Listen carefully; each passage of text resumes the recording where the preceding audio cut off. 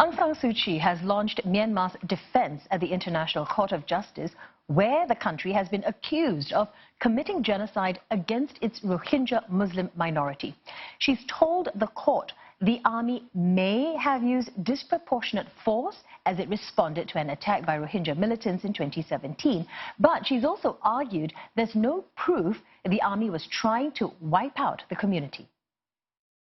Please bear in mind this complex situation and the challenge to sovereignty and security in our country when you are assessing the intent of those who attempted to deal with the rebellion. Surely, under the circumstances, genocidal intent cannot be the only hypothesis. It's the second day of hearings at the United Nations top court. The case, launched by Gambia, centers on the 2017 military crackdown in which thousands of people in Rakhine State were killed. It led to the exodus of more than 700,000 Rohingyas to neighboring Bangladesh. UN investigators have previously concluded that Myanmar's treatment of the Rohingya amounted to genocide. Nina Maria Potts is covering the hearing for us from Europe, while Mei Wong has reaction in Yangon. Nina, we'll come to you first. And tell us what Aung San Suu Kyi's main message was at the ICJ.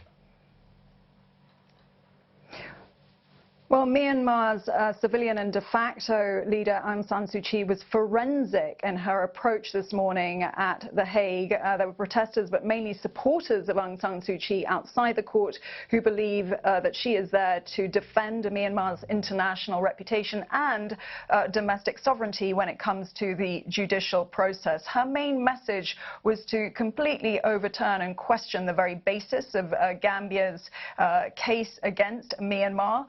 And she questioned how a country like Myanmar, which is undertaking its own judicial process, could be accused of having a genocidal intent.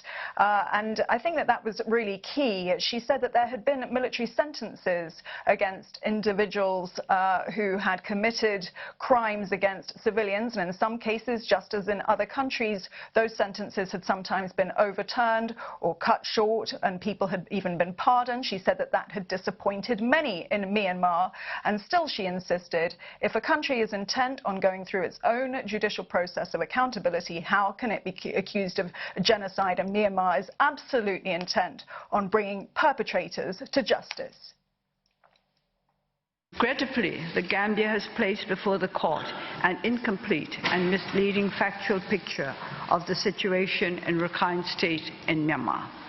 Yet, it is of the utmost importance that the court assess the situation obtaining on the ground in Rakhine dispassionately and accurately. The situation in Rakhine is complex and not easy to fathom. So it was a robust defense of Myanmar that we heard from Aung San Suu Kyi earlier today. She acknowledged that there had been times when perhaps individual members of the military had been overzealous in their approach, and she doesn't deny that crimes were committed. However, she insists that Myanmar must be allowed to conduct its own investigations and reach its own conclusions and not be rushed by the international community. Nina, Gambia, we know, is asking the top court to impose provisional measures on Myanmar. Do we know what sort of measures these are? Well, Gambia has presented a 46-page case against Myanmar, including very detailed testimony from eyewitnesses on the ground and really grim details of grim crimes against humanity. We know that the provisional measures basically involve getting Myanmar to, in a public way and in a defensible way and in a proven way, to show that it is taking immediate action to stop the damage and to prove that it is stopping what Gambia claims is irreparable harm to the Rohingya population.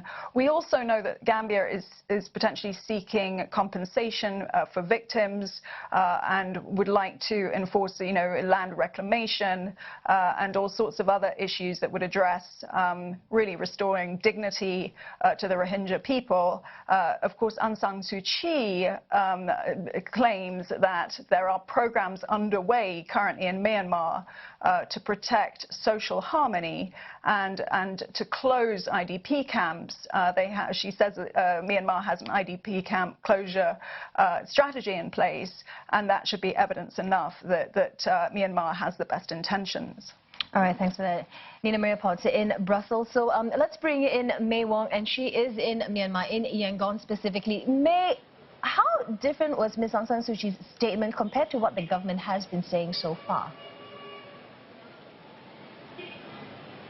You must understand that this is a very serious case and an extremely important platform for her, and so the words in her speech for about half an hour were extremely carefully chosen. But I must tell you honestly that there were so many familiar incidents that she brought up time and again throughout the past 2 years, trying to defend what the government has done, trying to defend what the military has done over in Rakhine State. One example, you just heard her say earlier, misleading and incomplete information have been used, and that's the reason why people are coming up with all these allegations of genocide in the country.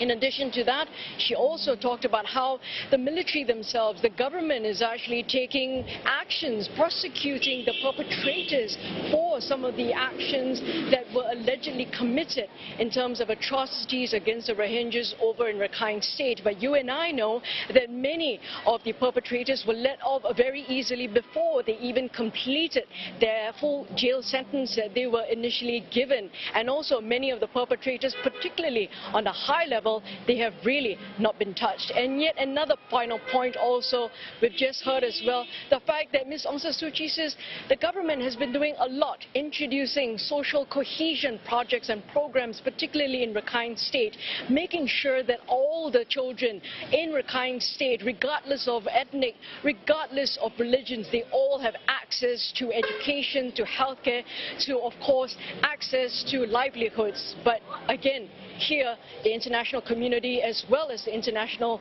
non-government organizations beg to differ, and we have seen a flurry of social media comments rejecting those comments by Ms. Aung San Suu Kyi, saying that that is absolutely not true. At this stage, Rakhine is still facing a lot of segregation, discrimination, particularly between the Rakhine people as well as the Rohingya Muslims.